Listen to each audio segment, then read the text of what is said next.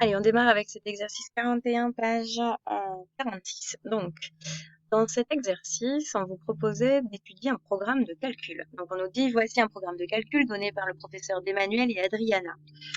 Adriana dit à son amie, c'est trop facile, à la fin du programme, on trouve toujours le double du nombre choisi au départ. Est-ce qu'elle a raison? On vous demande de donner une preuve. Alors, quand on est devant un exercice comme ça, avec un programme de calcul, la seule chose que vous devez faire, c'est écrire ce programme de calcul et en fait, au lieu de choisir un nombre au début, vous remplacez ce nombre par une lettre. Donc moi, je vais choisir X. Après, on peut choisir N, on choisit ce qu'on veut.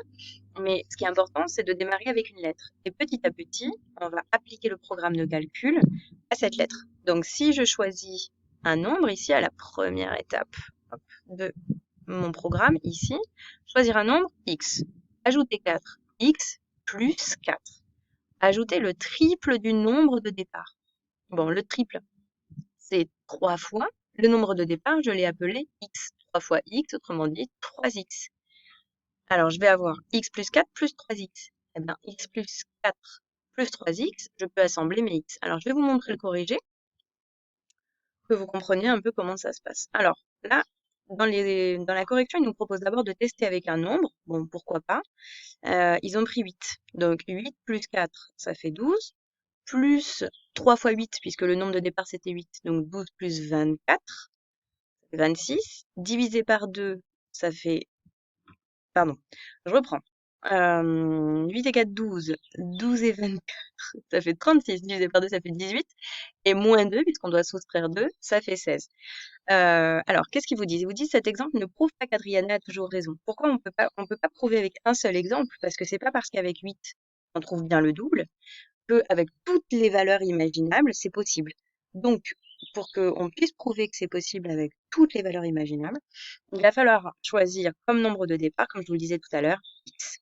Ajouter 4, x plus 4. Ajouter le triple du nombre de départ, donc x plus 4, plus le triple du nombre de départ, 3 fois x, autrement dit 3x.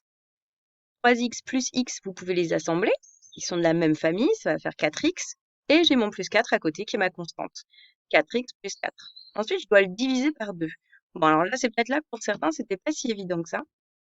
Diviser par 2, ça veut dire que je dois diviser 4x par 2 et 4 par 2 aussi. Donc, ça va faire 2x plus 2. Donc, voilà pourquoi j'ai divisé par 2 ici.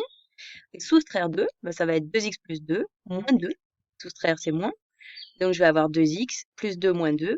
2 moins 2, ça fait 0, donc il reste 2x. Et donc, qu'est-ce qu'on constate? On constate que si on choisit x au départ, à la fin, on obtient 2 fois x, autrement dit, le double de notre nombre de départ. Et là, avec la lettre, vous prouvez de façon infaillible que Adriana a raison.